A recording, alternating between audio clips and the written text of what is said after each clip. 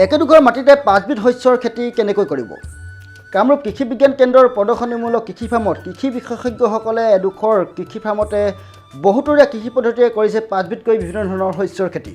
সম্প্ৰতি দেশৰ প্ৰগতিশীল কৃষকসকলেও এই বহুতৰীয়া কৃষি পদ্ধতিত গুৰুত্ব আৰোপ কৰিছে।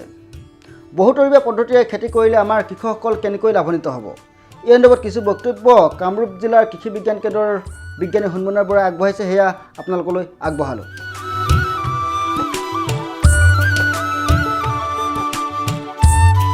যে এবিধ খেতি কৰাৰ লগে লগে তাত বিভিন্ন ধৰণৰ অসুবিধাৰ সৃষ্টি হ'ব পাৰে। কেতিয়াবা তামোলৰ ক্ষেত্ৰতে আমাৰ তামোল লগাৰ সময়ত বেমাৰ হ'ব পাৰে, বা আন যদি আমি আনাৰসৰ কথা কওঁ, আনাৰসও কেতিয়াবা বেমাৰ আজাৰ হ'ব পাৰে। গতিকে এনেকুৱা যদি আমি বহুতৰূপীয়া কৰোঁ, বহুতৰূপীয়া কৰিলে সকলোবিলাক খেতি একে সময়তে বেয়া হ'ব বুলি ক'ব নোৱাৰে। আৰু যিহেতু আমি আমাৰ নিজৰ নিৰীক্ষণত ৰাখোঁ, গতিকে চাফ চিকুণ হৈ থাকিব। গতিকে এলেকাটো আমাৰ যিটো কম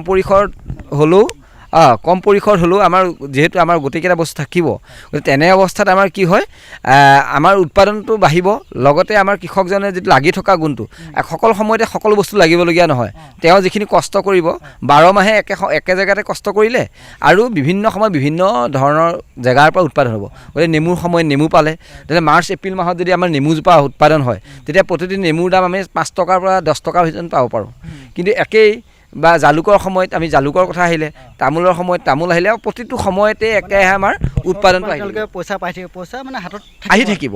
যে কলবিলাক আমি এবছৰত আমাৰ কল লাগি যায়, গতিকে কলো যদি আমি এটা নিৰ্দিষ্ট দিনৰ মূৰে মূৰে আমি লগাই থাকোঁ, প্ৰায় 4 মাহৰ কাৰণে যদি এটা নিৰ্দিষ্ট দিনৰ মূৰে মূৰে আমি কলবিলাক লগাই থাকোঁ, আমি দেখিম যে তাৰ থোকবিলাক এটা নিৰ্দিষ্ট দিনৰ মূৰে মূৰে পৰি থাকিব।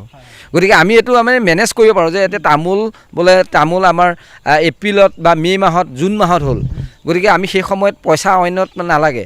জুলাইত আকৌ আমাৰ আনাৰস আহি গ'ল, আগষ্ট ছেপ্টেম্বৰত বোলে আমি ধৰি লওক আপোনাৰ অইনবিলাক বস্তু লাগে, তেনেকৈ পাই মানে আমি এটা পৰিকল্পনা কৰিব পাৰোঁ যে কোনটো সময়ৰ পৰা কোনটো বস্তুৰ পৰা ইনকাম আহিব। গতিকে জালুকৰ ক্ষেত্ৰত এতিয়া আহিয়ে গৈছে লাহে লাহে, এতিয়া নৱেম্বৰ ডিচেম্বৰ অহাৰ লগে আমি জালুক আমি পালোঁ। গতিকে এইটো সময়ত অন্য উৎপাদনটো কম থাকিব, কিন্তু এই জালুকৰটো পাম, আনাৰসৰটো পাম। এতিয়া কলৰ উৎপাদনটো এতিয়া লাহে লাহে নৱেম্বৰ ডিচেম্বৰ ঠাণ্ডা দিনত কমি যাব। গতিকে আমি সেই সময়ত প্লেন নকৰোঁ। গতিকে আমি এনেধৰণৰ প্লেন যেতিয়া কৰোঁ, তেতিয়া প্ৰতি মাহেই আমি উৎপাদন পাব পাৰোঁ।